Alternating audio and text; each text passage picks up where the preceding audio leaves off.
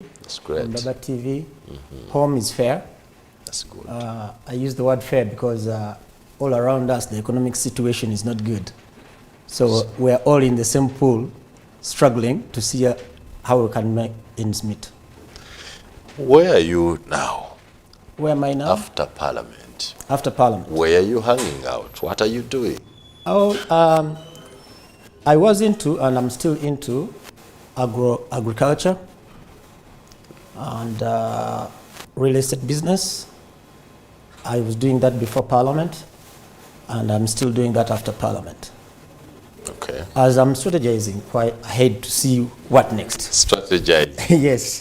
Strategizing. Sure, yeah. The word scares some people. Strategizing. No, but you know, I understand it scares some people, but everybody strategizes. Everybody strategizes. If you don't have a strategy, then you're not going to even have results that you're hoping to get. If you don't strategize, then you're not going to outwit whoever you want to outwit.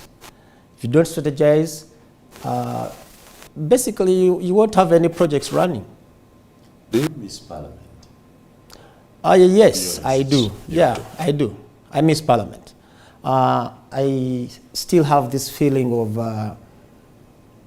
I never got enough time to do what I had dreamt of doing in Parliament. Because no sooner had we got into Parliament than Sitenda Sebalu went to courts of law. My case was very clear. I had won him outright. But as you know, and this one I will say it without fear of contradiction, our judges decided otherwise. And if we were to get into that topic, you'd clearly see I was a victim of a bigger and larger strategy. Okay. Yeah. But Parliament, yes, I do miss it, and I follow it. What mostly do you miss? The money? No. The job? No, not the money. The job. When I was campaigning, that was not the first campaign I had. I stood against Ibrahim Semjunganda when Chadondo East was still one, Chira and Nangabo. And I was telling the people, it was really genuine. I said, you know what?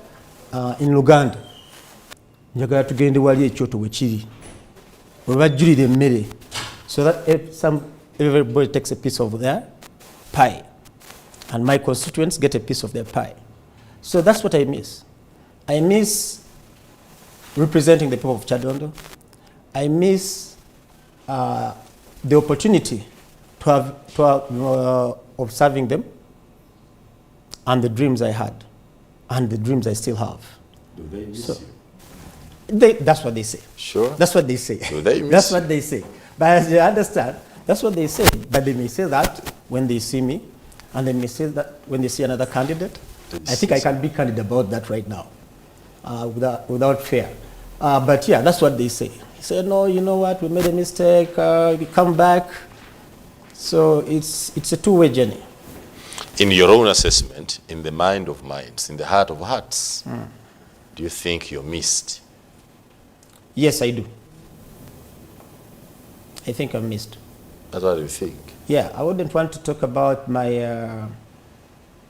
the people who came in Parliament after me, Honorable Chagulanyi and subsequently Nkunyeje Mwada, but people of Chadondo East.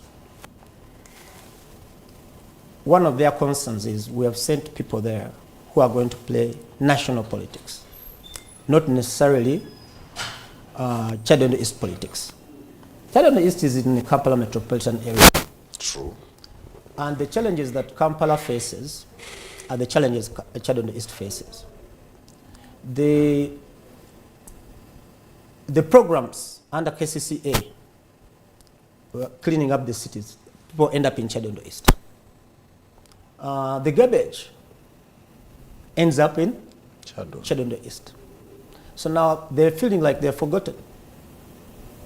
Mr. Nkunyeje Mwada recently, someone told me, no, he's very busy in Dubai taking care of what? Foreign Affairs, because he's the shadow minister of Foreign Affairs. They want somebody who is on ground. They want somebody who can listen to them. They want somebody who's going to know them. And they say, we're a constituency and we need representation as a constituency. National issues, that may be. you will quarrel with the fact, in my mind, that Kyagulanyi represented those people better. And again, Nkunyinji has even represented them better than Kyagulanyi did, meaning that Nkunyinji has done better than Kyagulanyi and done better than you. Is that a fact? Well, I'll ask you to back it up. I'll ask you to back it up. It's not a fact. And the reason it's not a fact, no sooner had Honorable Kyagulanyi gone to Parliament than he began telling them, right from the councillors, I'm going for president. And his focus was not. It's not a point of pride that a man it's not a point you of raised pride. as MP went up to the national level. Exactly. Mm-hmm. He moved up. Now, who are the few who are left behind? The orphans was Chadendo East. If I may ask you, if you went to the Hansard and you try to find out what Nkunyinyi Muwada has been fighting for and find out how many issues that are challenging in Chadendo East that he has put forward. But you also I've mostly seen him on foreign trips, saying he's going to secure people from Dubai, saying he's going to secure people from, I don't know, elsewhere. That's the most case I've seen from Sudan lately, right? And people are sharp. You cannot hoodwink them easily. Now they were wondering if Nkunyinji worked hard, because some of them, there was a debate, it wasn't an argument, there was a debate among some constituency people. They said, well, Nkunyinji made noise and they brought people from South Sudan. Another one asked, if Nkunyinji made the noise, how come it was Muhoozi who received? So does Nkunyinji... No, that's not me. That's not me. That was the ground. It was a fact. You mean you have people in Chadondo East who are that sharp? Oh, yes, they are. That Nkunyinji brings Muhoozi receives. No, yeah, because it's a fact. They're right. They are right. They came in and said, well, Mr. Nkunyinji has worked hard. The other day he was in Arab Emirates getting people out of there. And they were supposedly in a jail, which they were in a transit spot, organized by the government, but that's okay. Then, lately, when Sudan breaks into war, Nkunyinji makes noise. Then someone would say, hey, Nkunyinji koze, momlaba, yabajeyu. Then the other one asked him, me I can see that is Muhoozi who received them. So, you simply tell the people of Chadondo East, the meaning is simple, that it is General Muhoozi Kainerugaba who sent Nkunyinji to go and organize. Is that the case? How else would Muhoozi receive them? Exactly. So it is Muhoozi who asked Nkunyinji to go and rescue the people, which is not bad. The issue is the people are rescued. What do you remember of Parliament? You're part of government. It's not bad. Was Nkunyinji with Honorable General Muhoozi when General Muhoozi was receiving them? No. No. At what point did Nkunyinji jump off the truck? And then the people ended up with. And if anybody who may know, I don't think General Muhoozi has a lot of time to waste. And I'm not saying it was wasting time, but I'm saying getting into his itinerary or his schedule for him to receive. He must have had a lot of effort, a lot of influence in bringing these people home. So is Nkunyinji General Muhoozi's boss? Is General Muhoozi Nkunyinji's boss? And who is doing what? Now, as we debate all this, Chadondo is sitting there. I like that. And there's some politics going on. We have our politics of plastics in but you know, you are also, we have our politics in the Chitezi. You are also a child of the politics of deceit. Because I can tell you without fear of contradiction that in our current opposition, where I belong, we play politics of deceit, politics of lies, mudslinging, dishonesty. Mostly that underlying mudslinging. Underline the mudslinging. Mudslinging. Yes. And what I have loved and discovered that our people, the population, love that most. Now, I would beg to differ with you. Yes, There's one first thing I want to, a disclaimer probably I want to put. We in the opposition, by the time somebody becomes an opposition member and outright avails himself or herself to serve the people, that person must be a hard nut. Do we agree? Yes. So, take an example. Get 10 opposition people, either from the same party or from different parties, and put them in the same room and look for an agreement. It's close to being impossible. Impossible. Because all of them have hard heads. True. So that's why I was saying. Now, what comes in after that, that has cropped up over a period of time and it has become our culture. The mudslinging begins. When somebody cannot argue a point on fact. Apollo, now you come. Yeah.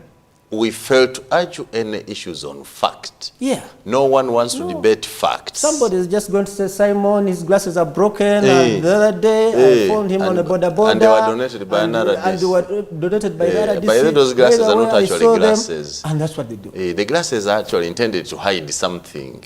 That kind of talk. So, that is what we have. And I think in our individual capacities, individual parties, we try to make it better.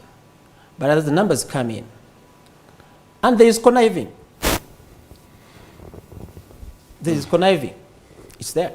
We have sat with them. FDC, we had Deputy President, Vice President, Uganda,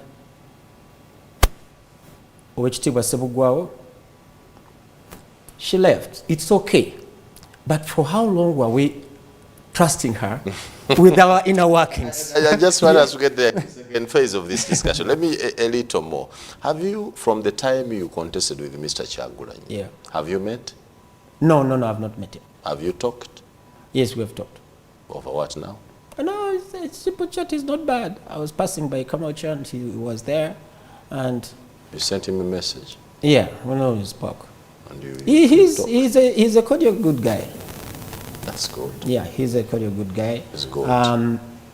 But I think he got caught into also the politics of Chadondo East. The politics of lies. That's why treachery, the politics of lies, treachery, mudslinging, and everything. And unfortunate for us, on the other side, the movement, they kind of, within their circles, they have dictatorial tendencies. And those dictatorial tendencies squash that. You come, you mudslide, they take you to the big man. Big man tells you, Simon, step aside. This one is going. Chiwede. You understand? Now in opposition, as we say that we're going to be democratic, you get some elements that are always going to be provoking, some elements that are not going to follow the process. Democracy is a process. It's not a one-day thing. It's a process. But when you have people undermining those of the same party, when you have them mudslinging those of the same party, when you have them keeping information to themselves that could be relevant to you as a party member or as a candidate, or party member and a candidate, that's a serious issue to contend with. And I think that's the challenge that is facing us right now. Because in opposition, I don't think we have laid a strategy of what next. Because that is the part I want us to handle maybe after this. But I really wanted to understand the area you have, the policy you are playing in Chadondo. So are you mostly in the constituency now? I am there often. Often? But I have another home in Rubaga. But I'm in the constituency quite often. And the politics I'm playing in Chadondo, I've learned since we began elective politics. Since I joined elective politics, I have learned that it is better to equip and arm the people to understand what exactly they're doing. Other than as of before, we have another culture where they're saying, hey, you want to go to parliament, pass by here, We want our iron sheets up on our church. And they have learned that art. But I've learned at least to get there and you explain to them. And now it has become easier for me when I'm not in Parliament. Because I'll tell them, but no, I'm not in Parliament. But I think this is what should be going on. Lately, I've been telling them that, can you call your MP, our MP, and talk about the budget framework paper as the budget is being drafted? Yes, understand. When did you last talk to your member of Parliament? I remember, I think after he won, slightly after he won. You called him? Yeah, there was some notes we were comparing. You called him and you talked? Yes. From then up to now? No, we haven't. You haven't? Yes. Did he win you genuinely? He did win. You believe you were? He did win. He did win. He did win. Yeah, I was there. He did win, and by a very big margin. And that was the people's choice. And I think the constituents felt, and actually what they were telling me, we are tired of you, FDC, fighting with Museveni. This time, let's take this route. Yeah. That's what they said. Why? They said, well, continue to utilize. If they were tired of FDC fighting with Museveni, did they think Chinkunyingi was going to work with Museveni? No. What they were saying is this, that the time, when I was in Parliament, when I was being kicked out, which was by the very big surprise if you look at that case. Then Kasule Lumumba was Secretary General NRM. She said, we want Chadondo. Kano Besigye was abroad. He also sent a message and said, okay, I'm coming back. I also want Chadondo. The by-election in Chadondo East was a by-election to disarm and actually dilute the messages. The messages that was in Chadondo East. We had the most councillors from the FDC, they were going, and so yes, they did win that.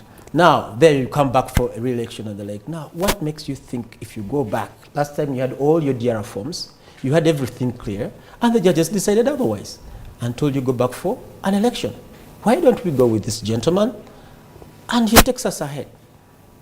That's how Kyagulanyi got in Parliament. Now, when he got in Parliament, of course, from people power to NOP, it was very popular. There was a wave, of the wave. And people were just taking the umbrella. Neighboring to us in Chira, for councillor elections, there were some ballot papers that were put in different wards. They voted. They did not know even who they were voting for. They were just simply going for one thing. So yes, how then, which was a wave of umbrellas, how then did the Semujunganda, who just neighbors you and formerly part of you, win? How do the people know that this is not the umbrella and we go for the key? Semujunganda, he had been there for 2 terms. Yes. He had been there for 2 terms. He's a very good mass communicator. He's very well known. So a person who wants Semuju will tell you that, hey, this is Semuju. But not only that. So he was a stronger brand than the umbrella? No. Well, the wave was there. But I think Semujunganda is, and by the way, he's a very shrewd politician, looking for votes and elsewhere. So however he did it, I cannot tell you that.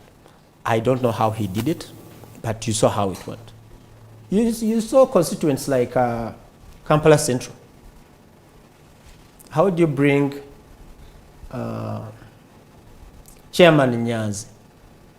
And he's within reach with Honorable Nsereko. Are we together? Yeah. And he's within reach with Honorable Nsereko. So you have to appreciate that the wave was there.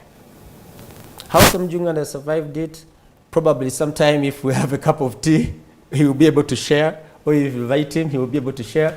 But yeah, that's how it was. The Hot Cup at 9. Let's take a short break. We'll be right back with Honorable Apollo Kantint, and in the second part of the discussion, we'll look at his party, the FDC, and its preparedness for the next election.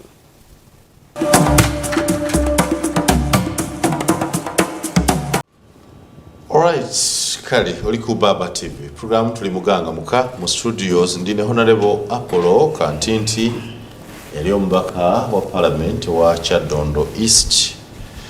Atenga kati yagaye nti musuubuzi ali mu bya busuubuzi bulimi bataka bulimi gwe tunenga tunyumyamu Kantinti. So FDC yetya. FDC jeri FDC namo tuyinamo obuntu obutoto tunungawe yabomanyi obutukyokoza nange FDC jeri tutambula bakumadi okulabika kenajja nankumbi kuba sikulabayo tondabayo akozi gogenda kunaku olabika ogenda kunaku ezaki eza press conference waliwo bingi bibeerayo waliwo bingi bibeera council sakulaba national council sajja sasobola kujja naye nga mbeerayo mpitayoko bali n'ebintu bibentaza nempitayoko ngujeko okuyitayoko buvunanyizibwa ki pate buli yakukwasa bwokolako what assignment gyokolako gyo nti eno mu FDC gyendiko kuba omuntu yali omubaka wa Parliament oyinza kubeera ng'oyitayoko buyisi buvunanyizibwa ki bw'oyina ate olina okulaba kiri bwe kiti mu politics tulina mu life span ya myaka emeka 5 akati tebampa bendera nenjikwata okumala emyaka 5 tebampeerako obuvunanyizibwa bulala bwonna bwe nnakola kola ebintu nebitagenda bulungi kati osigala ng'oli on call basis Honorable Mafari waba balina kyeyeetaaga nga amanyi nti nno Kantiti yanaakiisaawo akasimu ng'okalaba kakola ki kakubibwa naye ate ng'ebyo ebisinga tetulabyolesa nnyo bw'aba takubidde bw'aba tankubidde ate mba ngendayo kugamba nti ngenda kukwata bantu mu ngalo nti egundi webale ndi wano ku FDC headquarters nedda kiba tekinneetaagisa kubanga tulina technical team eddukanya emirimu gyonna kati bwaba waliwo ekintu kyetaagisa field biki kutuma bwengamba bwentyo ngamba bakama baffe akano besigye bamafaabi n'abalabe kutukola nabo ng'oli n'agamba Honorable Kantinti sokka okola eki n'obutalinnyayo nno Ingrid tulina we tusula ffenna mu constituency tekiŋŋaana nga nina gyenva nankubira akasimu nanga katunywemu kacyayi nigenda okunywamu kacyayi tuba tukyali kacyayi n'agamba wategedde 1 2 3 4 5 naye simulaba Ingrid naye tatera nnyo kubeerayo nnyo naye ng'asobola okukola ki gamba bwati kiki yasirikira ddala mwasirika kwe ne Ingrid anti mubadde mwagala tukole ki kati manya emirimu kiri bwe kiti era kano nakayigira ku Honorable Semujinganda nga tuli mu neck meeting omulundi gumu nga waliwo bye twali tutegeka Semujje n'agamba ebintu bino bye tutegeka twandibyitegese nga mulimu abantu bangi nti lwaki kubanga President Museveni buli ka information kafuna alaba bwaka counteringa wakazikiza kati emirimu gya FDC bwe giba gitambula tezirina kutambulira mu lwatu maybe mukirabirawo nti leero kibwatukira kizze aba FDC babadde baagala kukola kino baba balina kibakoze ekigenda mu direction eno naye nga njagala kubuulira nti neeki yaffe etuula buli week yani babawako emirimu gye balina okutambuza etuula buli weeki neekola ki nesalawo ekibiina bwe kigenda okutambula naye ate ekibiina tekirina temulina kiraba kati nze bwe naba nnize kakuweeko ekyokulabirako nti Muyanga Lutaaya tugenda kwesimba bwe Kyadondo ate ngende mu neck meeting tutandika okutema empenda bwe tugenda okusobola Muyanga Lutaaya ate okifulumye mu press briefing kya Muyanga tugenda kujja era bwe tunajja tujja kusokera wa Nalongo bwe tuva Nalongo tugende wa Specioza tugende wa Gundi nawe ojja kutegeera game yaffe nga bwe tugenda gizanya nedda si we kiri sokankiga okuva ku ggwe si we kiri FDC eri mu kukola mu kyama era bwetyo bwe badde ekola yes kuba it's a party eri continuous it's a party eri continuous. Today is 28th. Naliyo nga 3 guno omwezi. Ninga si nti bwokola ekintu nogamba bwetu betugenda okusobola Museveni oba bwetu betugenda okukabinga Muhozi Kainerugaba project ayinovayo nogamba omulimu gwa FDC anti political parties ati chovola banga ziri kangambe ziri independent omulimu gwaffe gwakunga abantu tuweza abantu bangi nnyo obukodyo betukozesa okunga abantu abo senga tubujene tubateka wabbali kiba kikyo information jetufuna jetuzayo ku headquarter ne ba company bagamba abantu baki banyivu lwaki kino tukikoze tutya tukikoze bwekiti kati bwo kikola empola mpola kisingako ne bwovaayo n'ogamba Muhozi tujja era Muhozi bwogende Masaka tugenda kusangayo naffe tukubeki olowooza ogenda kusangayo ki si kibooko si komera si tear gas naye nga amazima gali bwe gati abatulaba n'abatuwuliriza omulimu gwa pate yonna gwakuwamba buyinza omulimu gwa pate eri mu buyinza gwakwesigaliza ki buyinza ekiri wakati awo ebitageeze bulungi bye muwira tucomplainingako nti bannaye nze nabadde ntambula bintu byange ne mugenda ne munkwata nti lwaki olina abantu bangi kale ate ekyo kyokka singa tukitegeera kyoyogedde nti omulimu gw'ebibiina ebivuganya kunoonya buyinza omulimu gw'ekibiina ekirimu gwoyo abulina bulemera era gyemiza gyetukola ki gyetulaba so gwabunoonya okola kyonna kyosobola obufune kati kankujjukizeeko n'abulina nakola kyonna kyasobola oli mu mawulire kati kankujjukizeeyo ekintu kimu bwe twagenda mu by election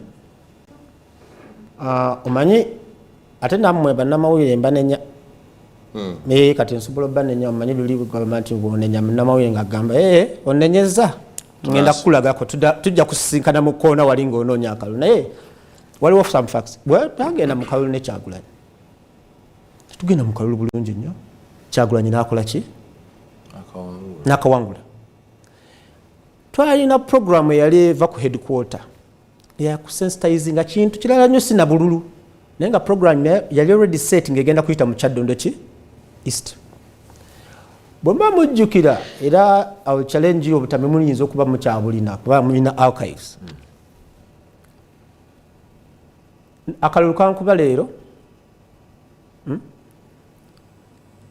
nzirayo eka ne bakancanyiga biwundu olunaku olwokubiri nkubira omuntu wange omu simufuna nkubira omulala simufuna nkubira omulala simufuna paka bwekubira omu omulala nemufuna nangamba oyo bamukutte ali kasanga tukoza ati yakoze eki nti nemugamba gendayo nagamba so sirina gye ŋŋenda nti ki omanyi abantu be bakutte bakwata abantu 58 kati nange nebuuza ate 58 babakwatiddewa programu evuddewa ku headquarter yakusensitizinga abantu yaliwo before even akalulu ka Kyagulanyi nga timetable ekola ki weeri naye nga yambala engatto by the way nali nfuluma ne gate n'abamawulire batuuse dda nti bimanyiko ekikonze sirina kyekola ki kimimanyiko kale genda kati nga ŋŋenda ntuuke kasanga ti ku poliisi DPC nga ŋŋamba kanti nti abantu baba batutte dda wano nze sirinawo n'omuntu neki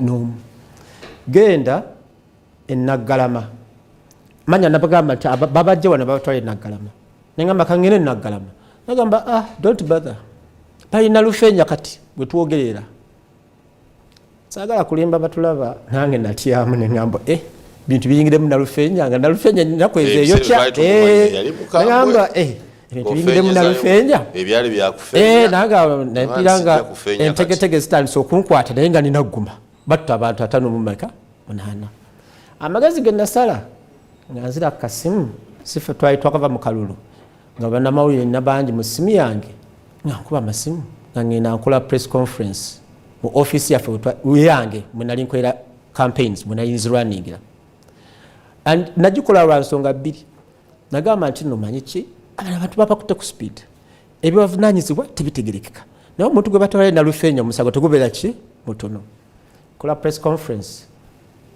ngambaga banaye batuta abantu baffe biki naye tunategeera exact number naye for now twakategeerako by then twali twakategeerako abantu 47 ng'abalala tetunnabategeera. By then Hassan ya retiring yali spokesperson of police Kasinje yes yali spokesperson of police na releasing a statement. Kasinje yali yoko yali na release he was a very professional person. He has always been. Yes, now releasing a statement. Nagamba twakutta abantu bebati on suspicion of this. Negenda public nezda yewa DPS nangamba nsinda kyakukolera. Bobo oyagala genda wa Kampala Metropolitan. Tuka Kampala Metropolitan nangamba gundi gye bali mu ndala nnyo na Lufenya ebyo biki mugende wa na Lufenya. Tugende na Lufenya. Turns out nti abali bagobera timetable ya FDC bakwata abantu ba content right after that ngati tebayina ate ne bagalo bachajinga with treason paka ne kakati tunabagenda mu court. Treason treason how anti kati bakwadde mu bulungi bakwata meetings 8 ezenjawulo bazikwata mu kaseera kekamu. They say it's 11 nga wano bakwata wano ku baba na wali entinda bakwata ne kusimba bakwata baba kwata kusiki nga mulimu ne task force zesuulirangako wakiri jati najuwirako anti-terrorism najuwirako nabatwala. That's called information control. Kalike nabadde nkugamba nti bye tubatambuza si kirungi tekiri healthy ne bibeera nga bigenze wabweru eyo. Ekyadondewo FDC gaininze okusobola okuddamu okwedisa entebe yaayo kwakati eri mu nuupu. Have you made enough mobilization strong enough to have the FDC reclaim that? Well, you know, Chadonde is still unique. Chadonde is still more Honorable Kyagulanyi. Chadonde is still more Kanukiza Besigye. Chadonde is still more Ingrid Turinawe. Chadonde is still no mukantinti. Chichengeza kugamba. It becomes a bit difficult. Kampwemu ugamba mufukati futufunya amaanyi. Ate nekirala in politics tomanya kye kigenda kubeerawo okuva kati paka betugenda okutuuka okulonda. Tuli fenna? Yes. Tubaye twogera ku Nkunyenje naye Nkunyenje asobola okuvaayo n'akola emyaka gino gisigaddeyo. Abantu bagamba yes. Naye ate kino tukikkirize ate kya butonde nti abantu bagenda n'omugendo. Babalaba nti ono alabika yayitamu awo gwofuuka mukwano gwabwe. Babalaba nti ono erabika biganye nga okola ki ekyo kyo kya butonde. People like going with winners. True. Era mu biseera byedda nkati ng'Abaroma balina emizannyo nga beesalaasala ne bakola ki naye kati bano ba gladiators abalwananga. Leero gladiator yali favorite waabwe ng'atemamu n'ebijambiya naye bwe bafunayo asimbayo ng'atemamu n'ebijambiya kijja kuba kyekyo. That is one point. So kati ezo sectors abantu abo bali powerful. Kyagulanyi ali powerful, Ingrid ali powerful and they appreciate that. Kanukiza Besigye ali powerful, they appreciate that. Kati awo all that has to happen is at the end of the day message egenda kutambulate. At the end of the day beyongedde okubeerako sharp nti no basobola okukola ne bagamba wano we tuyinza okufunira. So katudde nakubuuzizza nga FDC mobilizing okulaba nga FDC ekomyawo entebe yaayo tuliko era tukikola era tukikola you have Besigye. Yes tukikola era nga bwe nagambye katolaba tulina headquarters bazigula buli lunaku wadde tolina kubeerayo naye buli lunaku ekyo tetulina okuba nga tukola consciously unconsciously ne bw'obanga okira kikyolina okuba nga okola ki ng'okola mu ngeri abantu gye bayinza okitegeera. Gwe kyewakolayo abantu ge bayinza okusinza obaga nti bannaye mulaba mu nnyongereyo oba mu nkomyo kyewakolayo ki olwekyo nga nti kino nakola ebintu bingi mu gundi ki. You're in parliament for 7 years? Myezi 8. Kyokka ng'ekigere ekimu kiri mu kkooti, ekigere ekimu kiri mu parliament. I thought wali ofuzeko ekisanja. Kyekyali kisooka. Emyezi 8 ng'ekigere ekimu sitenda asikaze eno, ekigere ekirala abalala basika bazze eno, kyokka nga nina okusooka okubeerayo. Emyezi 8. Wavaayo bubi bannaye musajja mumujjukire. Tolina nakiwamma kyova ogimisinga. Banno bonna ababadde mu parliament ne bamalako ebisanja bwe njogera nabo tewali amisinga parliament. Falubaga ndi bulungi kati, kati ndi bulungi, nina emirembe, nywa ku tuzzi, ndya kamere. Kyenyinza okuba nga nfunyeemu nti nyongedde okutegeera bwe nnyinza okunnyonnyola abantu ne bwekola ki ne balina okukola ogenda mu maaso. Ogenda mu maaso. Era bwe tuba tucommunicatinga ennaku zino kati luli kuba twajjanga during campaign time ate nga no assemblies tebazitukkiriza naye kati enjize nti abantu oyogera bwogezi nabo oba oluusi owuliriza buwuliriza kati nga bwe nagambye nti oli yagamba nti nkunyenja akoze eki omulala namuddamu nti abo be bamulonda omulala namuddamu n'abasudaani yabaleese oyi naagamba bwaba yabaleese lwaki muhozi yabarecevinze tuli fena. So kimpadde nange obudde wadde sandyagadde kisanja kyange bakisalemu. Ogambye mubeera ne inquiry nga munywa akacyayi mwogera kukikwate ye women leader wa FDC. Takyali naye nga staunch FDC supporter. Kati biba bya munda binakugambye biri sijja kujja kumpewo mbagambe nti twogera kino na kino akawungezo gene nti soko tunyonyole bulungi kyoyagala okukola kubanga kati kalike nagambye nti omulimu gw'ebibiina ebitali mu buyinza kutwala buyinza ekiri mu buyinza kukuuma buyinza kakati bw'otandika okugamba nti no twayogere kino na kino ate nga kikwatagana kutwala buyinza baganda baffe abali mu movement bakiyita treason. Oyagala kuwamba gavumenti kanti nti tutandika grassroots elections.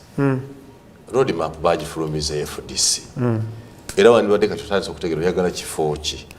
Nze nzirayo ekaliro ze secretary wa mobilization and publicity lukiiko lwa FDC olwa district ey'ekaliro. Era nteekwa okuddayo either okusaba ekifo ekyo oba okusaba ekisingako oba okuwummula. Ebintu ebyo bisatu bisoboka byonna. Ate bannaye mpummudde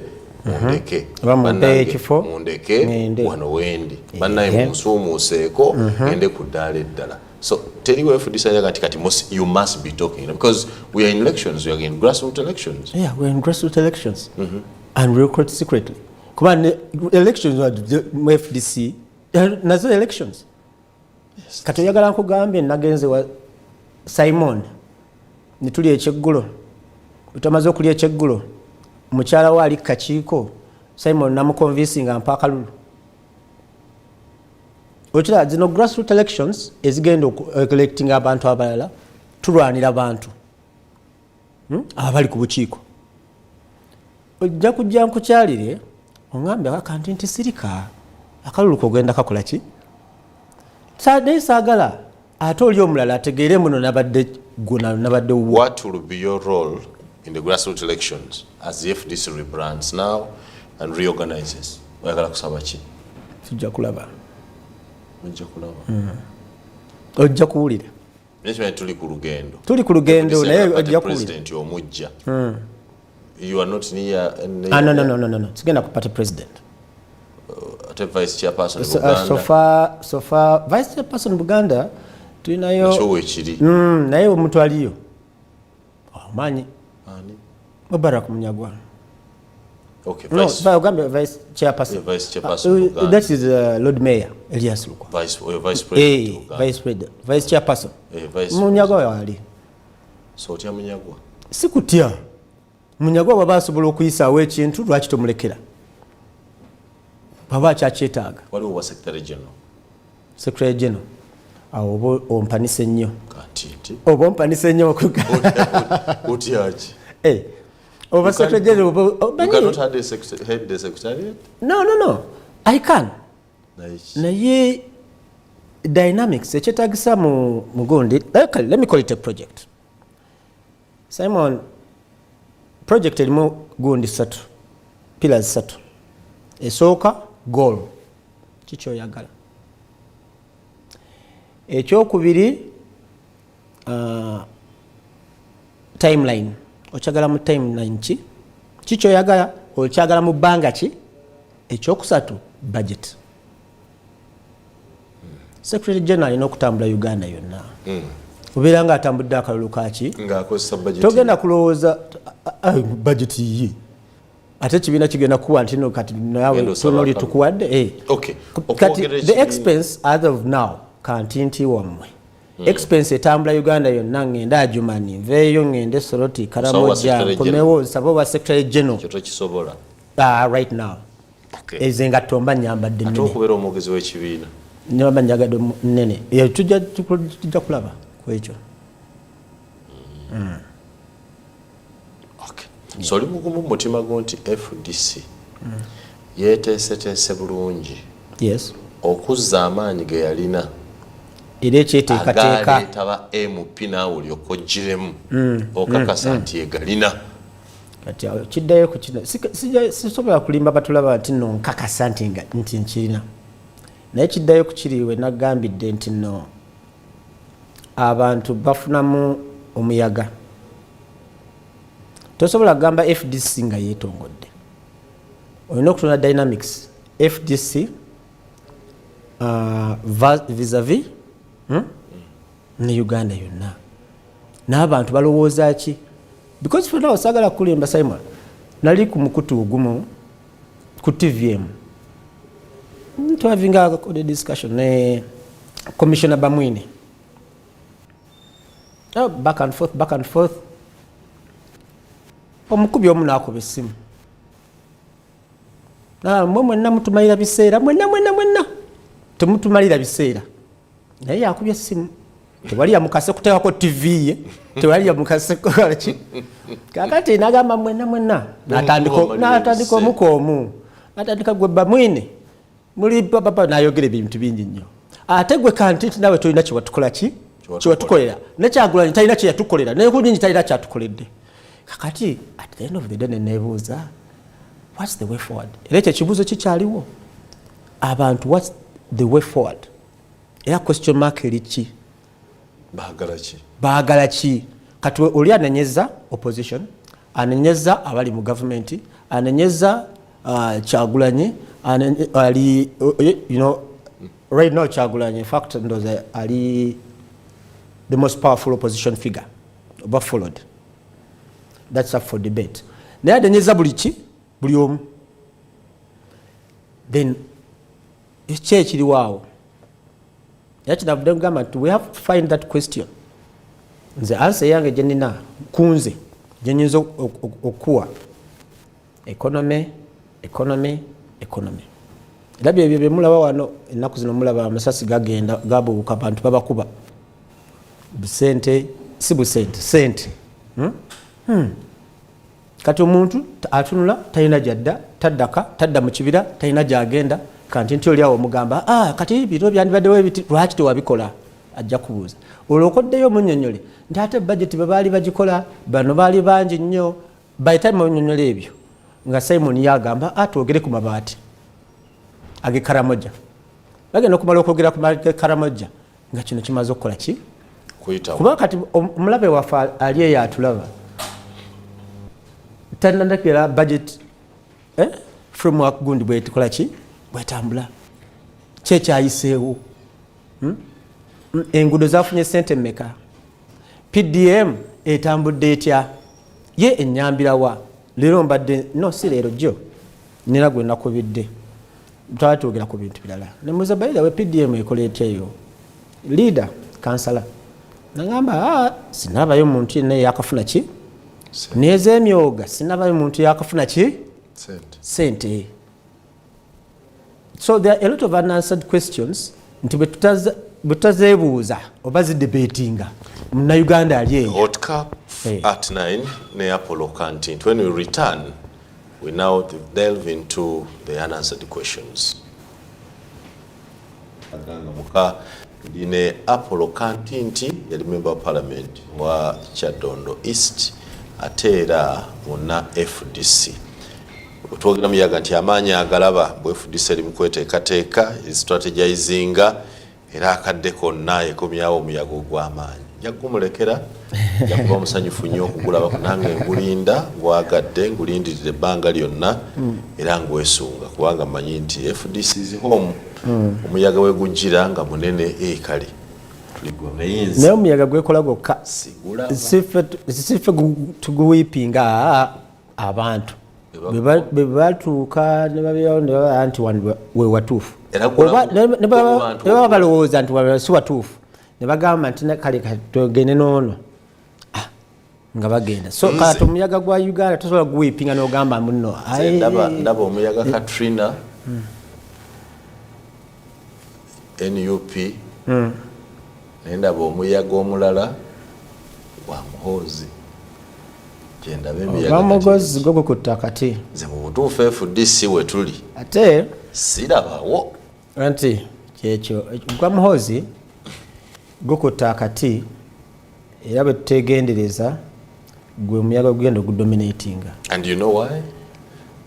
Abavubuka bwe batusuubiza ku luli ekitulemeseza politics ono kiri eki ow'ebibiina by'obufuzi abavubuka bagaanyi otwegaddako anti kyovola abavubuka mu structure ya political patent ndi NRM ndi wa NUP ndi wa gundi ababadde bakyatulemye nga FDC traditional banga FDC ne NRM omuntu alina abavubuka mu Uganda mu by'obufuzi bali aba anti kati awo kati Muhoozi alina ne Kyagulanyi alina abo balina ku bavubuka. Kakati FDC were formed history yatwala abavubuka okuva ku DP migratinga abavubuka baji before that migratinga kanti mbadde mu FDC banga lyobaddemu abavubuka FDC bukyejja ganti wave y'abavubuka abangi okuwagira FDC yali etandika amaanyi gayo gali ku bantu bali between 35 and 55. Kakati no kankubuliro kachikunyonya weti tulinamu baruzindana yes tulinamu abavubuka ababeera active mu elective politics banjawulo n'abavubuka abagamba nti saagala kukola ki kumanya tuli fena Kyagulanyi bwajja kati kantandikirawo Kyagulanyi bwajja in my opinion nze kyendowooza Kyagulanyi bwajja abavubuka abaali baweddemu essuubi n'abatono abaali bali ku FDC naabo ababeera pikipiki zaabwe ne bagamba nze sijja kulonda ebyo ebintu byabwe Kyagulanyi n'abamotivatinga era mu byafaayo byawano yakyasinza okusikiriza abavubuka yes kati bwabasikiriza ne bayingira mu political kangambe active political ring mu kulondesa following rallies okuba kalulu kakuuma n'akikola eyo fact active political ring yes kati bw'amala okikola mukubiraba obulabi ati njagala mulengere wala bw'amala okikola ekyo ku nsonga ezaali ziriko nti abavubuka basinga abakulu population wise kituufu n'abaali bataalondako ne balonda n'abaali batandika okulonda omwaka ogwo ne bakola ki ne balonda ate ne bagetinga interested na zino emikutu gye tubeerako social media nakyo ne kibabeerera bangu okukola network waabwe ne bawambayo kati tuba tukyali awo ku Kyagulanyi kati Muhoozi General Muhoozi aze simukadde using the same method ate awo wekugambira nti omuyaga toguwiipinga abavubuka abo balaba senga Kyagulanyi tabannyonnyola bulungi nalekawo space bayinza obutadda oba okugenda anti bwe bagenda tebadda bagenda tebadda kati toko tunule ba deputy speaker Taibwa yali waffe wa FDC bavubuka abaffe bwe yavaayo bwe twali twakagenda mu parliament that was nga nakagenda twalina talk show ku radio 1 twagikola ne Taibwa n'agamba I left your party ng'agamba nze mu break I left your party naye kadi yammwe sigenda gibawa. Yo kadi yani yange sigenda gibawa. Kati omulaba bwali. Kati nabana bavubuka nabo. Bajja ginona. Wajjo ginona nange nkola ka mirundi. Nyondo ku mutwe kadi ginona ngani yo yange. Kakati there comes Muhozi. Muhozi si mukulu. Wadde akuze mangu nnyo mu ranks. Mukulu mu bajjeno. Mukulu mu bajjeno naye mu myaka muvubuka. Bwe ntunuulira engeri gy'atambula n'obukodyo obusika tajja na kombati alina ku Twitter ayogera ebintu bikola ki namulaba juice ayambala alina ne armbands ku mikono ayambala t-shirts bino ebyaffe bino kati bino ebyaffe ebyamataaya ebitukola ki taliyo era akikola intentionally akijja kukola kati abavubuka bano kasaba na shift gadagamba ya tugenze ne Muhozi kijja kuba kyekyo. And what do people want? People want solutions. Kyekitiisa era buli ali mu opposition akiwulire mpulire nga akyogera kyekitiisa abantu bagala solutions. Luli namulaba agenda kulaba potholes zibali boogerako tanazibikka naye singa agezako najja n'azibikka baga nti aha ono yayogera nako. I think yasaba oba ya proposing nti batekawo akakiiko akagenda bikolako tanazibikka potholes nti omugaso gw'okuzirambula naddayo gwali kati awo wekugambira ogendayo okuzambula atandika okukola project kati bamufolonga singa akomawo n'azibikka na action ekoleddwa kati okubatiza omuvubuka wa boda boda badde ayita mu kinnya wali ku saapulo kagwawo wansi awo kiba kizibu nnyo oba ogenda mugamba ki kati awe nkubuuliza mwabo bonna ku FDC ogirabawa tube amazima FDC ogirabawa tulina challenges nyingi kati tulina challenges nyingi konna gani nga tutandika nti ekise politics wammwe lies dishonesty mudslinging mu mazima gennyini mu weeva eriwo kati kwange ne weeva eriwo esinga ne Museveni amaanyi Muhozi era alina kukozesa mukisa gwakwataatawamu Museveni bwe yali atandika yatandika nga alina weevu yalina weevu yatwalayo batono ogenda batwala okulwana alina bantu banyiivu the first election the late Paul Kawanga Semogere wade yaliwo ne Museveni yalina by that time he was a hero abantu bamulabanga nga hero Museveni yali right now bavuka kanti kankubuulirewo Museveni okufunako ku bavubuka n'amanya nti bavuka be bamuwagira baabo bangi ke kaluke yayimbira mu Mpenkoni you need another rap we are rapping here n'abatujjako bonna ne bamukyusa erinnya sevo ne babikyusa awo yatunyagirako ddala abavubuka baffe nnyo n'abamutebadda naye ng'emabega eri badde wankaŋŋa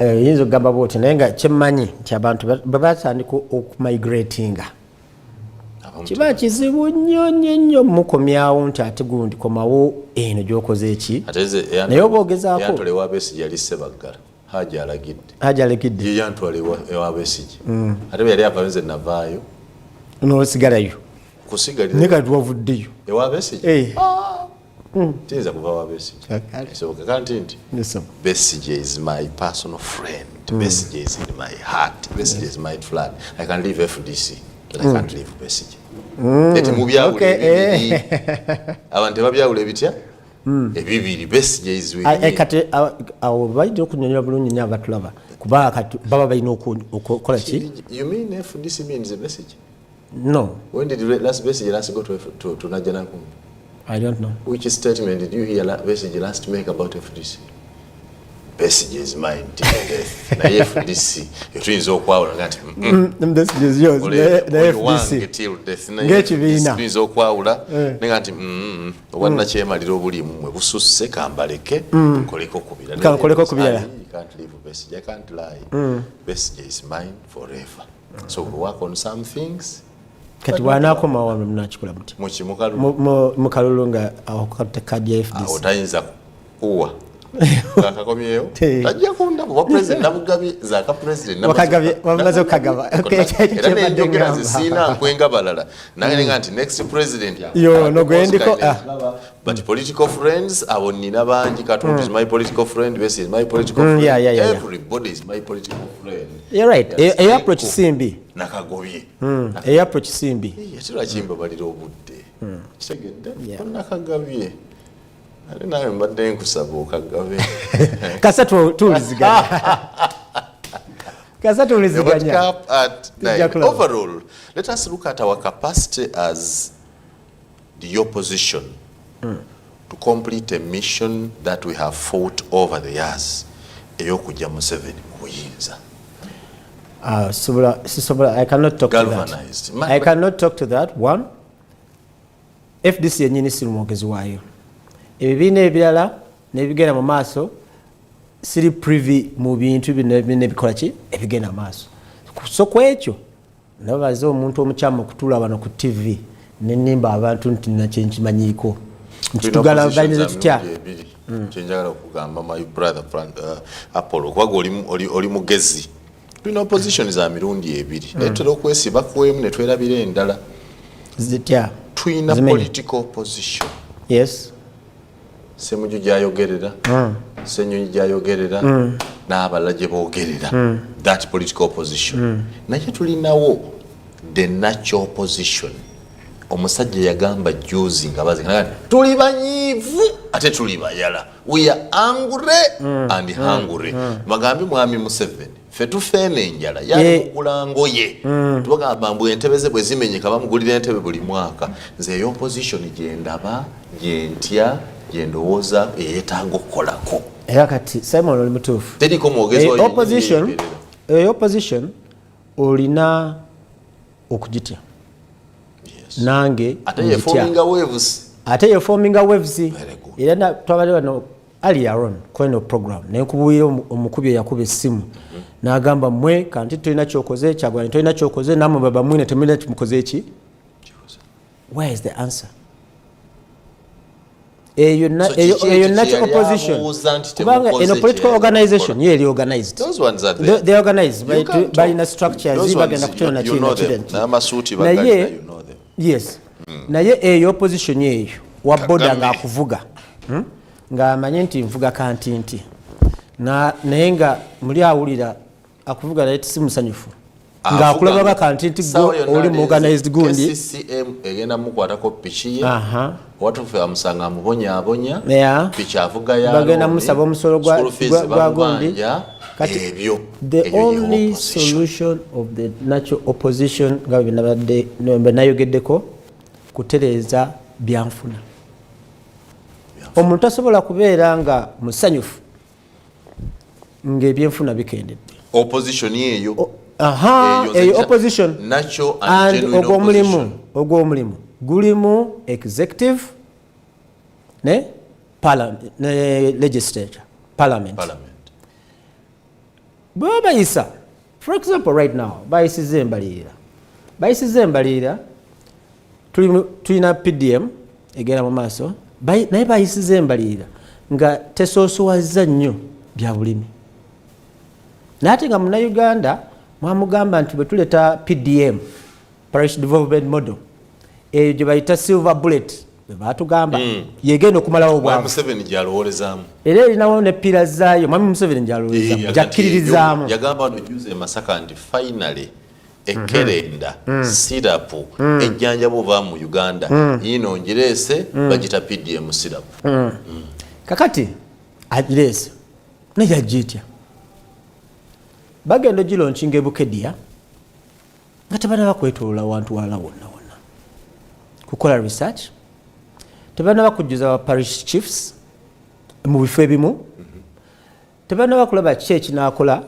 kitya kulupapula erabika bulungi nnyo kulupapula erabika bulungi nnyo ezimu ku ezo empaji zibagamba oba bbiri katukwateko bbiri emu infrastructure development mpaji emu kadino okulaba nti eno project ekola ki egenda ate yo bwekolebwa obulungi bwe tuddayo tulaba mbalirira gye baleese kati ne sente zigenda okukola enguudo tezimala. Kakati jjajja wange bw'anaalima ennyaanya ng'ali eri Buwama munda eyo munda, najja bafune entambula ennyaanya zijje mu kibuga, entambula neefa olw'ebinnya n'akola loss PDM ebegenze bwe mwamuwa akakadde kamu ng'ataddemu sofa awa eddagala n'ennyaanya na buli kimu nga yakateekamu nga 7 endala zikyali za kukola bintu biki birala, osuubira nti asatu agenda gazzaamu nedda. Kati ekyo nekibeeraawo. Ekirala ekyo tebakikozeeko, kakitegeeza PDM wadde weeri nema naye tebagiwadde emigo gikola ki gigitambuza. Kati nebajjamu n'akalala financial inclusion. Kintaputireko financial inclusion meaning buli omu muyingiza mu byenfuna, omuvubuka, omulema, buli omu ayingire mu ki afune ku nsimbi. Kati batuddeyo wali nti no baali tebanaba kusensitizing abantu. Abavubuka bo bagiwulira ne basanyuka, abakyala ne bagiwulira ne basanyuka, abalema ne bagiwulira ne basanyuka. Kati bamala ogilonkinga Bukedya ng'ena wamu bafu parish chief babagamba mugende muyingire saka eziriwo.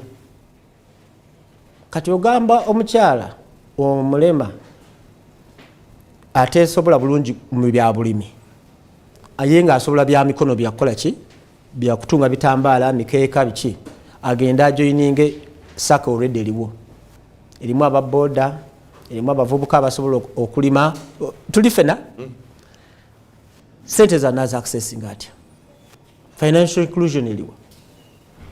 Yeyo ng'ovuddeyo tugambe n'okukola nti kikoze bulungi nnyo. Kale tugambe parish emu nti ekoze bulungi nekwata sente ne bakwata ne balima ne bagamba katuguleyo akamotoka kaffe. Interest rate ya Uganda eriki okuula sente? Yes, the cost of credit ate eri high. Bana agenda okugula gondi tebajja kusobola kufuna ki magoba. Twali wano mu parliament era n'ebintu bya corruption era ejjajukwatako. Twali mu parliament akakasira akatotoke nalyo ne tugenda constituency ya Honorable Lutamaguzi era oba andaba akimanyi, twagendayo ng'akakiiko ne tusanga ekyuma ekyali kirina okubeerawo nga kikuba tomato sauce nga tuwaliwo byuma ngaliwo bipampagala, abantu baleese ennyaanya ziri mu kuvundira mu store nga tuwaleki naye nga project eyo yateekebwamu ki sente. Kati ebintu bino byonna birina kutambulira wamu. Tosobola kugamba nti ogenda kukola PDM nga tomaze kukwasa ku buki. Tosobola kugamba nti ogenda kukola PDM nga parish chief taliiwo. Gamba nakugambye luli project erimu ebintu bisatu: kyoyagala, banga ki ne sente ki. Kati oba parish chief tebanamulonda balizifuna ddi awo?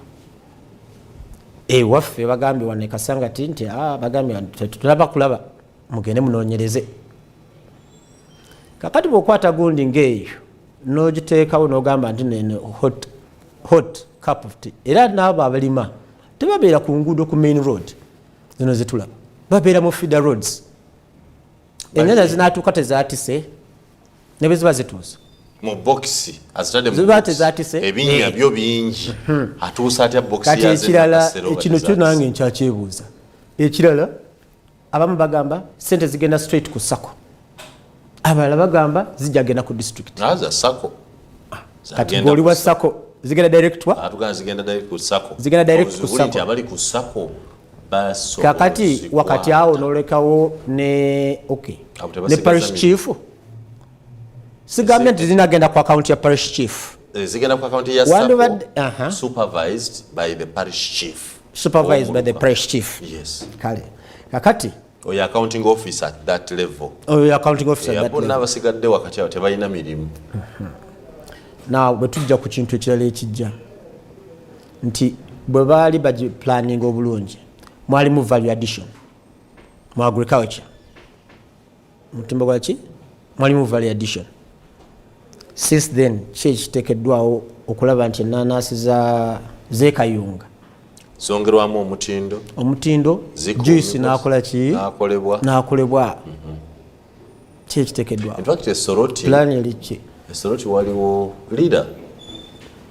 company juice yakola endagaano ne Soroti Fruit Factory nti banaleetanga ene fruits miyembe michungwa biki factory nemala okunyiga okujjamu juice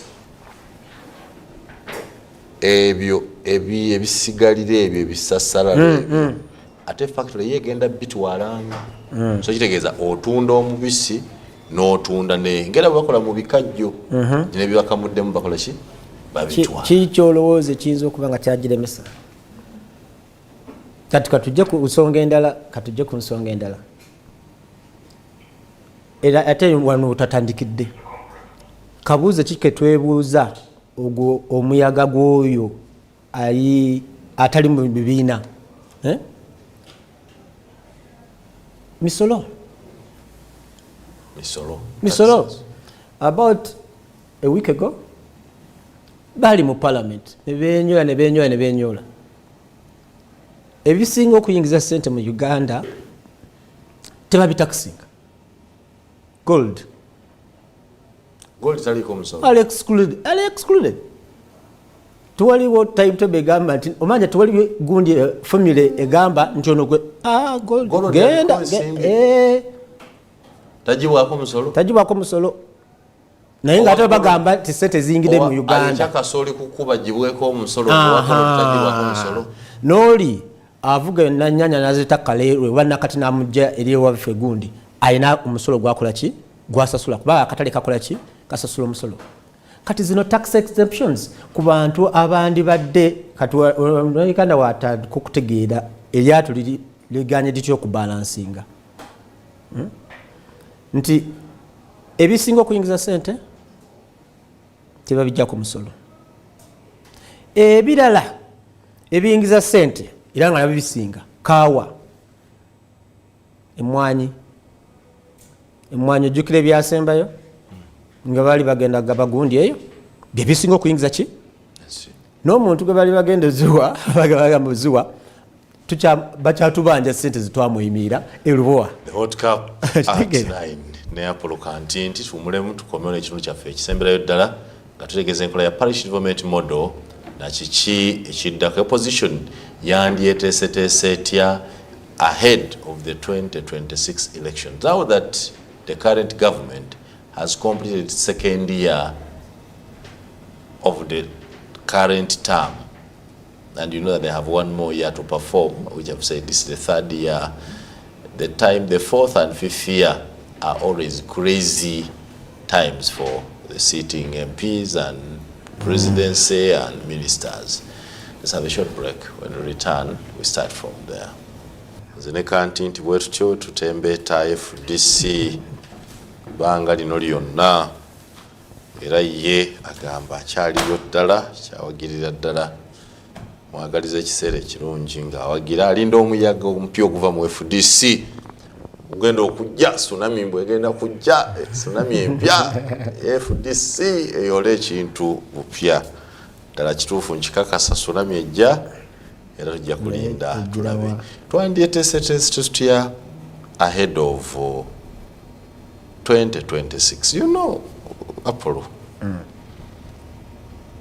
there is need to think. Netuganya okulowooza bajjajjaffe bali abaatusetingira ensi bwe tutambulira baatuulanga ne bagirowoozaako era bye baakola bitunyumira. Opposition nze kutegeera okwange opposition mu Uganda, political opposition kitegeeza abo bonna abawulira nti gavumenti ya Mwami Museveni neya NRM bagikooye baagala okulaba ekipya tekoze kimala baagala okukyusa si opposition abaagala enkyukakyuka kale ate lwaki abantu baganya okutegeera nti ne Muhoozi ali mu opposition wakirowoozezaako nakirowoozaako manyi lwaki ali mu opposition naye kyemwagala naye agamba bano abaliwo baveewo nze nange n'abange bakole ki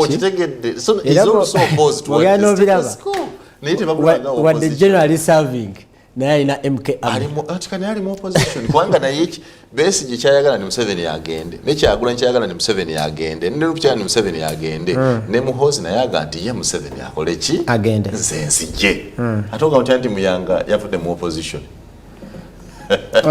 Yes, so what are in opposition? Because the aim is the same. Yeah, the idea is the same. Nekati gundi yaffe mu Uganda ya narrowinga. Kangambe ebizibu bye tulina okukwatako naddiro tulina obikwatako byafunda. Originally democracy yana sebateka go basooka okukola yalina okubeera nga waliwo okukyusa obuyinza. No olweyo olukadde n'oluteka wabbali n'ogulayo olweyo olupya olukola ki olusobola okukola. Kimwami Museveni n'akijjawo. And bwe kigamba nti oluusi ate nakyo si kuvuganya nnyo. Oluusi n'abali mu opposition, tuyita opposition. Ebyo wayise entegeke. Baba bagamba kino twandikikoze bwe tuti. Twandisize kikola tutya bwe tuti. Naye muba mukikoze bwe muti twandikoze tukikola bwe tuti. Kati abantu tubawa ebbeetu okugenda tukubako akamwe. Bagambe Simon Muyanga Lutaaya yajja okusobola ensonga zaffe. Era mulimu ekintu ekyo nky'abantu badde bakola mu ekyo singa tebyetaataagazibwa nnyo.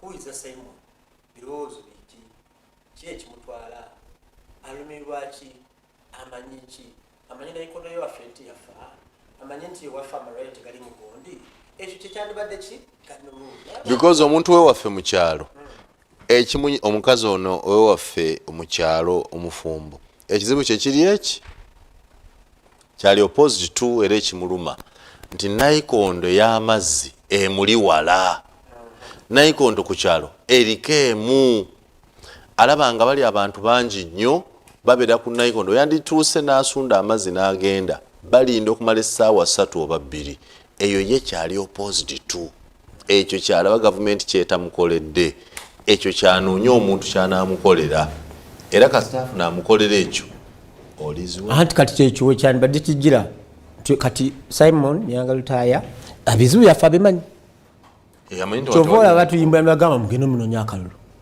n'otuuka wali nogamba mama Fiona ebintu byammwe bikola ki mbitegeera gundi nayikondo yegundi bajja omusawo w'ebisolo ajja kati ekintu ekyo lwakubanga central government tekikutte bulungi kyekiviiriddemu n'abeesimbawo okubeera bo nga beetema nayikondo nja gikola ki yagikola ensigo nja zibaleetera bwe zinaalwayo ng'enkuba etandise okukola ki okujja kuba parliament ensigo bazituwa so kati system yonna wano we tuli ekyali broken era oli mutuufu bw'ogamba nti Muhoozi opposition kubanga waliwo we nali bagamba Muhoozi abaNRM tebagenda mukkiriza ne mbabuuza mwanyi yabagambye nti agenda kugira mu NRM era baamugamba n'omuga nti ffe tetumumanyi tumanyi oyo anti baliko bali ku one man's debate yagamba ffe tumanyi omwe tetumumanyi anti in fact abali mu NRM badde bamuopposing nti oyo nedda ffe tetumanyi twagala muzeeyi tava ku ballot kati bwe mbabuuza NRM kyeki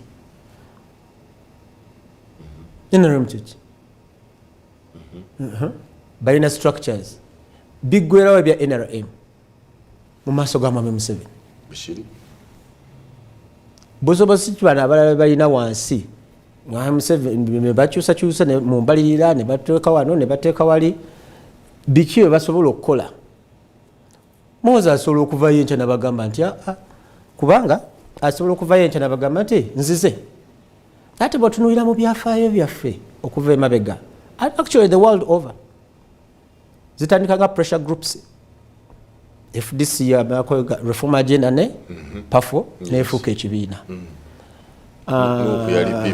ne NUP yali people power Mugisha muntu naye yatandika na kintu kye yatandika ne pressure group right now tulaba Muhoozi tujjukire bannaye tulaba Muhoozi abalaga categories azitaddewo Muhoozi ame n'abalala bonna bakola ki birthday parties alinga akola structures ze zino gundi buli bwe zijja ng'akalulu kajja ezo pressure groups zending up bwe ziba zisobodde nga zikoze into a political party kati political party eyo ekigenda okuddako political party ki ne bayita political party ne bebanga waliwo pressure group mabega w'omuntu neyisima bwannamunigina nti ndinze kana yinga alinayo pressure group emabega we enaawuliriza abantu kye bagamba lyeddagala liri lyogamba ey'omuyaga ogwo abantu bwe banaawulira ne bagamba nti naye bano balabika batuwuliddemu balabika balina kye batambuzizaako gwe muyaga gwe gwolaba tebatandika programu ene noŋŋamba nti nekugamba luli nalaba muhozi nga alambula ebinnya noŋŋamba tanaba kuzibako n'ekimu n'atabiziba kati ekyo kibuuzo kiraba ndowooza kati kyebalinda kati olunaku lwanaagenda oba akikoze atya oba atya ne baziba ebinnya ebyo omuntu ali mu Kampala wakati tolina kingi kyogenda munnyonnyola mubadde mwogera oli azze oba akikoze atya ebinnya bakoze eki babizibye kati onaamunnyonnyola ki so kati Uganda abali mu byobufuzi ebiri competitive mu parliament walala LC5 mayor bani bonna kuwuliriza muntu wa wansi kyakola ki kyagamba nibo otamuwulirize ajja kutuuka akole ki figuring out somewhere ate message teba nene nnyo si kinene message teba nene nnyo ekyusa endowooza y'abantu no Honorable Kyagulanyi wano yali akajja n'afuuka member of parliament n'agenda ku national level n'ascoringa bulungi wali teyawangula naye yakola ki yakola bulungi for first time ogante yawangula Kyagulanyi yawangula kale tugambe tebamulangirira tebamulangirira bayawangula nga alina gwe kyokakasa mu mutima gwo ki Kyagulanyi ate nsobola okakasa nze siri na kakiiko ka kulonda siri kakiiko ka kulonda ngambye ebyo amazima gali ki mu mutima gwo ate omutima gwawe gusobola okubala obululu yawangula akaluko oba pulezidenti teyakawangula okakasa ate bye kugamba kati gombuuza nti okakasa kakati nze yakawangula simanyi naye kati gwe oli osonga tebamulangirira nga kiri nti yakawa ne batamulangirira ate kane teyakawangula ayinza okuba yakawangula kati ayinza okuba yakawangula kati kakube Simon tosobola kuvaayo naye tosobola kuvaayo nga tolina access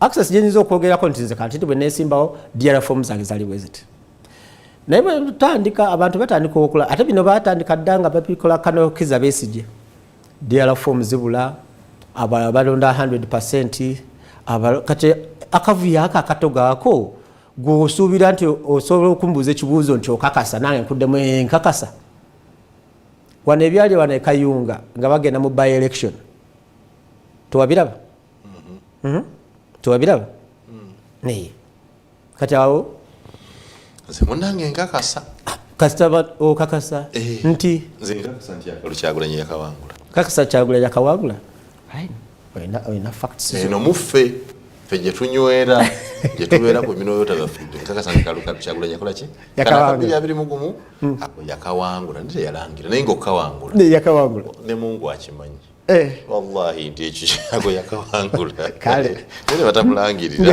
ekyo nekiyita toyindakala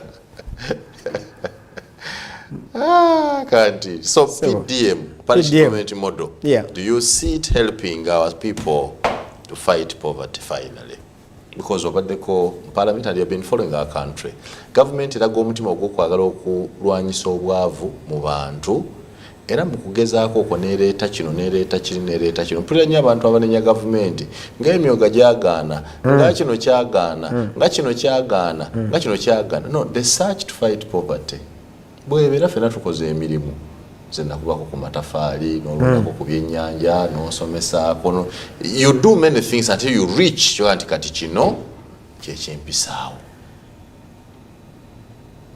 Simon PDM egenda kubeera nga ezo projects nazo yogeddeko ate zonna zibadde zakujja abantu mu bwavu ekikulu kiri nti zikolebwa zitya era n'ekirala ekikulu kiri nti basoosowaza ki kati tugatte ebintu bino ebiyinza okubeera challenging sente bazitadde aside in PDM tugenda kuwa abantu bajja kusanyuka ng'oli akutta kaki akasente era under chief bajja gezaako okulaba nti emirimu gitambula ne sako yennyini jagezaako okulaba nti emirimu gitambula naye kiri holistic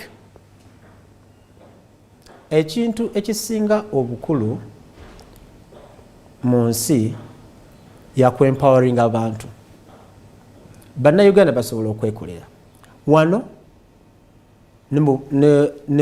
n'ensi endala wano Rwanda bwe yali yakamala okumala oluta lwayo bannayuganda bayingira Rwanda ne bakola trade South Sudan emmundu bwe zazikiranga bannayuganda ne baddayo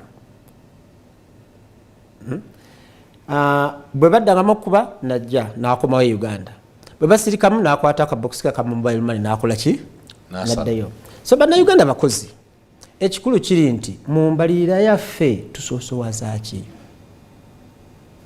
tulina amaputa declaration gye twassaako omukono tutundu si 15 birina okugenda mu byobulimi tulina abantu 9 ku buli 100 abali mu byobulimi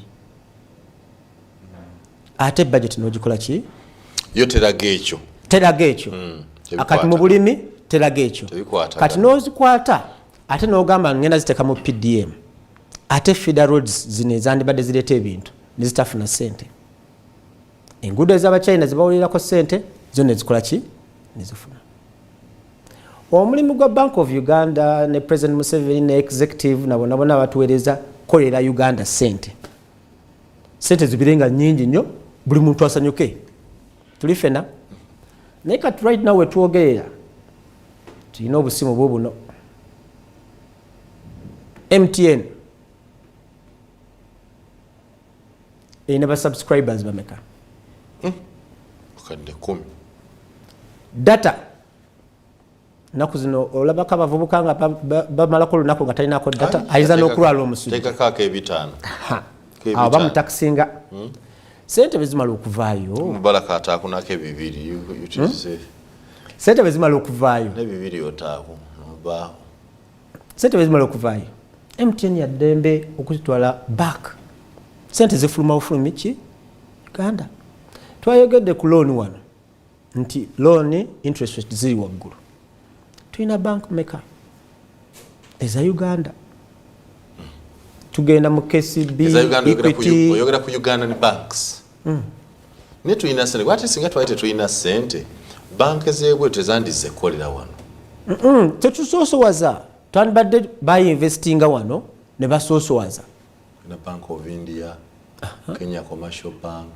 bannakenya we bali bangi nnyo tulina Equity nayo ya Kenya tulina kati amagoba ge bakola ku ssente ezo nga bawoze Muyanga Lutaaya baddembe okugateeka mu gundi ya franchise yawo awalala wonna we baggulawo kitegeeza ssente zikola ki zifuluma teziyingira ate nga wali bwewadde ku minzaani senga wawaddeyo omulimi n'ogamba zino tax breaks zewawa mu China muki oyo omukyalo w'eddwaliro yali ayingira mu kaawa pinati lwaki toziwa bannayuganda balina obukugu obuzimbe kati balina obukugu obuzimbe eddwaliro no they can subcontract kati Padanga tubasobola kusuula mwanya kusuula musha bazimanyiga baziga nawe bana Uganda kati kakubuli baziga kyobola tuziwa pineti emwanyi yaliwo okuvedda emwanyi yaliwo okuvedda nze mukulaba okwange President Museveni ne executive ye tebasoosowaza Uganda waliwo akaseera amabega kaawo nga bavubuka mu kifo ky'okujja mu kibuga batunde ebibanja bajje mu kibuga bagule boda nga bani bavanira nomufunamu ennaku zino mpulira kizibu nnyo vanira omuluma n'okola ki nomufunamu emwanyi bajjajjaffe balinanga emwanyi but kitaffe kwe basomeranga ne bamama baffe cooperative unions ozimazeewo bw'oba tosiga nsigo mu Uganda osuubira otya nti no ye agenda kubeera nga agenda mu maaso era sente zigenda kuvaawa kati toya akagambo aka inflation kantaputire okunaanuka kw'ensimbi yaffe kati lwaki ensimbi enaanuka kyekyo kati solution gye bakola tuongeze ku interest rate sente zikendere mu bantu overall bagambe inflation eriki ne sente bwe zikendeera eyakedde ku makya n'agamba kangene evuge border ajja kusaba kantinti ng'agamba bwe nava mu covid nsobola okutambula no nentuka mu kibuga ekyo ate nenkomawo esente ezo nenzigwayamu akawunga oba bwe twali mu covid nagula akagaali kange ate lwaki nkawaayo kati nowa boda naye ng'abeera frustrated kyokka owa boda ajuvuga ku looni ku interest rate eriki sister wange agamba nti wali kangene enkola boutique mu kibuga wakati nanyini kizimbe yeewola sente era ajja zimukanda era ajja zongeza tulifena katulina okusoosowaza right now embalira yaffe efulumye era sometime if ofuna time wandibadde ojournalizinga netugisomesa netuddamu netwogera n'abantu kale netugabana. I have looked at it this way. Our budget this year is 52.7 trillion. Out of which 28 trillion is for servicing debt. And only interest. Our interest, we are going to spend 6.1 trillion on interest, paying interest on the credit the credit we have accumulated over time. Yes. That's just interest on that. That credit. But the credit, the principal itself, the principal is not being touched. Is just 20 the interest. 22 trillion. Yeah. So all that money, which is more than 50% of the budget, is for paying debt. Ate by the way, soko simba wakati katono nnyo. Government will bejja ne borrowing internally. Twogedde ku banks eziriwo. Government nejja ne borrowing internally. N'oli awola sente agamba wachi kampe government yojja kubeera esinga kantinti mu kunsasula. Kitegeeza nti yokutuseera wano. Muganda wange Simon Lutaaya wajja naye agende mu banka yeemu. Ovuganya ne government. Interest rate ng'ekola ki? Kati tujjukire kye twogeddeko. Banka ziva bweru nazikubuza ezaffe. Kati interest yonna badde mmene bagitwala. Eya Muyanga Lutaaya n'eya government kati sente ziba zifuluma ofulumi ki? We have to invest in human capital. Tusoosowaze awantu awakula. Tukimanyi buli omu akimanyi agriculture ekola ki? Ekola. Climate yaffe nungi nnyo ku ebyo. Value addition naye bikoma kwogerwako bebituuka mu kuteeka mu byenkolebwa tekikolebwa. Kadde waliwo n'akantu akalala ke bakozesa amanyi waliwo 3%. Kati oluusi ate wano nsaasira bambi ababaka ba parliament abaliyo kubanga baba balina kinyonyola omuntu wa bulijjo akitegeera. Embalira eyo bwefuluma government ekkirizibwa okuggyayo 3% of the budget nga teyise mu parliament neyoleeta buleesi nti bannaye zino twazikozesezza ki kino. Kati parliament byebeegobye mu biseera ebisinga government byesoosaako mu 3%. Wayogedde kati ku ngoye za President Museveni tugaye parliament ezigobedde nti tubagobye 3% eyo bajja gispendinga bagule engoye za president bagambe kino kyakoze ki kyayiseewo. Kati awo twebuuliza mutima gw'abantu, mutima gwa bannayuganda, mutima gwa kwefunira kintu ki?